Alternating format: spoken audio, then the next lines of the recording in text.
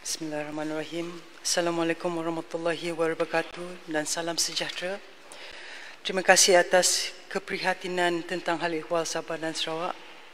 Tuan Yang di-Pertua, izinkan saya menjawab soalan daripada ahli yang berhormat Batang Lupa bersekali dengan persoalan-persoalan dibangkitkan juga oleh ahli yang berhormat Kimanis bertarikh 27 Ogos memandangkan persoalan-persoalan dibangkit adalah mengenai perkara yang sama. Untuk maklumat ahli-ahli yang berhormat, kerajaan kini dalam proses akhir untuk memutamatkan komposisi Majlis Khas untuk menyimakkan pelaksanaan Perjanjian Malaysia 1963. Perkara berhubung penubuhan Majlis Khas ini akan dibawa ke Jemaah Menteri di dalam masa terdekat. Majlis Khas ini merupakan forum khusus yang diwujudkan bagi membincangkan serta memantau keseluruhan pelaksanaan Perjanjian Malaysia 1963 bersama-sama dengan Kerajaan Negeri Sabah dan Sarawak. Selain daripada itu, satu jawatan kuasa bersama di antara Kerajaan Persekutuan dan Kerajaan Negeri Sarawak telah ditubuhkan bagi membincangkan isu berkaitan minyak dan gas serta pemberian khas. YAB Perdana Menteri telah memberikan mandat kepada YB Menteri Kewangan dan YB Menteri Kanan Kerja Raya bagi membincangkan isu-isu tersebut bersama dengan Kerajaan Negeri Sarawak dan Petronas bagi mencapai penyelesaian secara komersial dengan izin commercial settlement. Berdasarkan pemakluman yang diterima, perbincangan dengan Kerajaan Negeri Sabah akan menyusul selepas ini. Tuan Yang di-Pertua, berhubung dengan status semasa pelaksanaan 17 daripada 21 perkara yang telah dibentang dalam JKKK MA 63, secara umumnya, agensi-agensi yang bertanggungjawab dijangka memerlukan tempoh sekitar 1 hingga 2 tahun untuk melaksanakan keputusan tersebut. Manakala baki 4 perkara yang belum selesai seperti royalti minyak dan bayaran tunai petroleum, mineral minyak dan medan minyak, Akta Laut Wilayah 2012, Akta 750, dan Akta Pelantar Benua 1966, Akta 83 akan diteruskan perbincangan selanjutnya dalam Majlis Khas yang bakal ditubuhkan kelak.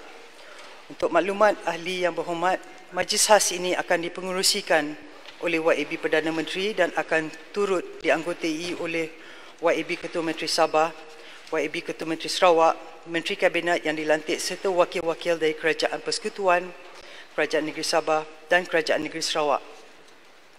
Berhubungan dengan pertanyaan YB